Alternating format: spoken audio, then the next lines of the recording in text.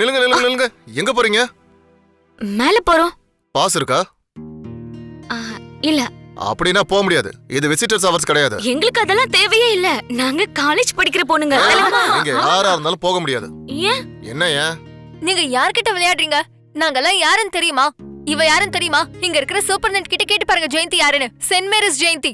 இவ யாருன்னு தெரியுமா? எங்க கிட்டயே விளையாட்டா? நீங்க இப்ப என்ன சொன்னாலும் சரி உள்ள போக முடியாது. முடியாதா? முடியாது. காசு பணம் வச்செல்லாம் இங்க ஒண்ணும் பண்ண முடியாது. வெளியில போங்க.